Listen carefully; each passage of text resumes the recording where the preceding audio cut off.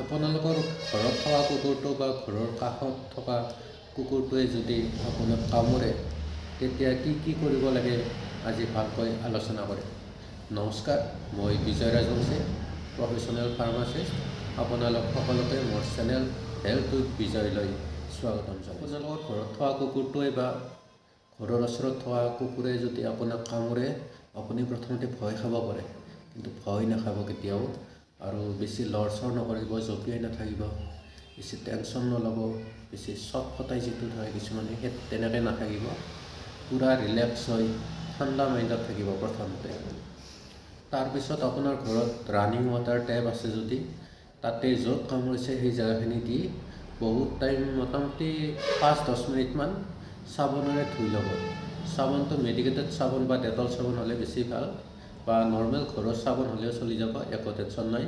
তেনেকৈ 5-10 মিনিটমান ভালকৈ ধুই ল'ব।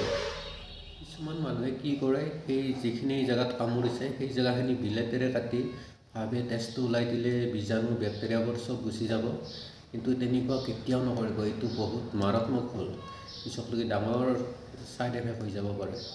আৰু কিছুমান মানুহে নিমখ, হালধি, চূণ এইবোৰ ঘৰত যি পায় সেই বস্তুৱে লগাই দিয়ে পটকে, কিন্তু তেনেকুৱা কেতিয়াও নকৰিব, পিছত বহুত অসুবিধা হৈ যাব পাৰে।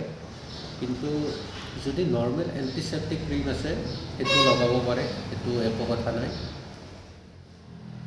তাৰপিছত যিমান জলদি পাৰে সিমান জলদি ওচৰৰ স্বাস্থ্যকেন্দ্ৰ বা মেডিকেল থাকিলে বা কোনো ডক্তৰ থাকিলে তালৈ লৈ যোৱাৰ ব্যৱস্থা কৰিব। লৈ যোৱাৰ লগে লগে ডক্তৰে জেগাখিনি ভালকৈ চাব, চাই কিনে আপোনাক প্ৰথমতে টিটেনাছ টক্সাইড এটা দি দিব। সেইটো সচৰাচৰ মামৰে ধৰা গজাল বা দেহত কাটিলে লোৱা হয়। টিটেনাছ টক্সাইডটো এইখিনিমানত দি দিব। তাৰপিছত আপোনাক 5টা ভেকচিন ল'ব দিব, সেইটো কম্পালচৰি ল'বই লাগিব কুকুৰে যদি কামুৰে।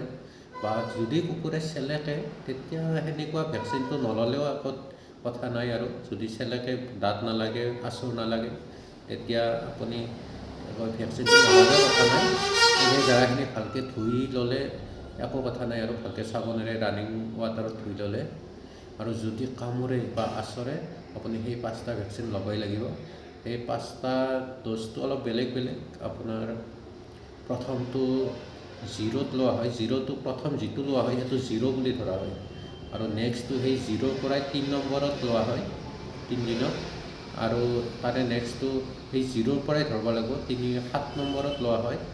তাৰে পিছত নেক্সটটো 0ৰ পৰাই 14 নম্বৰত লোৱা হয়, আৰু লাষ্টৰটো 28 দিনৰ দিনা লোৱা হয়। সেইটো 0ৰ পৰাই ধৰে, প্ৰথমটো 0, তাৰে পিছত 1, 2 সেনেকৈ ধৰা হয় সেই ভেকচিনকেইটা। বা যদি অলপ বেছিকৈ কামুৰে বা মাংস উঠাই লৈ যায় তেতিয়া সেই জেগাখিনি ডক্তৰে ভালকৈ চাই কিনে আপোনাক আৰু এটা ইনজেকশ্যন দিব পাৰে, এইটো ৰেবিছ ইমিউনোগ্লোবিন বুলি কোৱা হয়। বাকী আপোনাৰ টেনশ্যন ল'ব লগা একো নাই, যিখিনি ক'লোঁ সেইখিনি কৰিব। কুকুৰে কামুৰিলে যিমান জলদি পাৰে সিমান জলদি ওচৰৰ ডক্তৰ বা হস্পিটেলত যোৱাৰ ব্যৱস্থা কৰিব। বাকী নমস্কাৰ।